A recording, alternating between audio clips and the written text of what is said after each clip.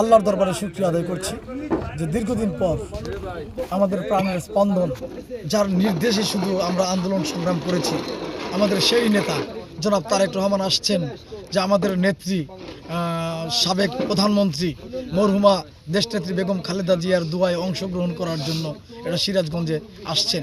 সেই কারণে আমরা জেলা বিএনপির পক্ষ থেকে সকল প্রস্তুতি সম্পন্ন করেছি। সকল অঙ্গ সংগঠনের সঙ্গে আমরা আলোচনা করেছি। আমাদের সিরাজগঞ্জের যে 6টি এমপি পদপ্রার্থী রয়েছে তাদের সঙ্গে কথা বলেছি এবং তারাও রাস্তার দুই ধারে থাকবে, তারাও মোটামুটি নেতাকে সম্বর্ধনা দেওয়ার জন্য, স্বাগত জানানোর জন্য তারাও প্রস্তুত হয়ে আছে।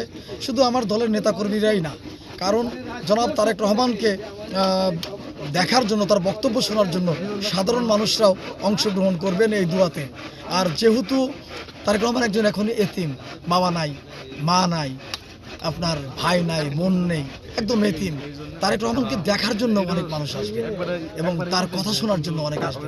আমরা সেই জন্য যাতে নিরাপত্তার মধ্য দিয়ে প্রোগ্রামটা বাস্তবায়ন করা যায়, সেই জন্য আমরা ছাত্রদল, যুবদল, স্বেচ্ছাসেবক দল পাট করে আমরা তাদেরকে আলাদা করে দায়িত্ব দিয়েছি এবং সিরাজগঞ্জের যে আইন শৃঙ্খলা রক্ষাকারী বাহিনী আছে, আমরা জেলা বিএনপির পক্ষ থেকে তাদেরকে অবহিত করেছি এবং তাদের সঙ্গে বসেছি। আমরা তাদের সহযোগিতা চেয়েছি। ওনারা বলেছেন যে আমাদের সার্বিক সহযোগিতা ওনারা করবেন। আইন শৃঙ্খলা রক্ষার ব্যাপারে আমাদেরকে ওনারা নিশ্চয়তা দিয়েছেন। ইনশাল্লাহ আশা করি যে কোনো রকমের অসুবিধা হবে না। আর যে শুধু তারেক রহমানের বক্তব্য শোনার জন্য, তাকে দেখার জন্য দল মত নির্বিশেষে লক্ষাধিক মানুষের উপরে এই দুয়ায় অংশগ্রহণ করবে।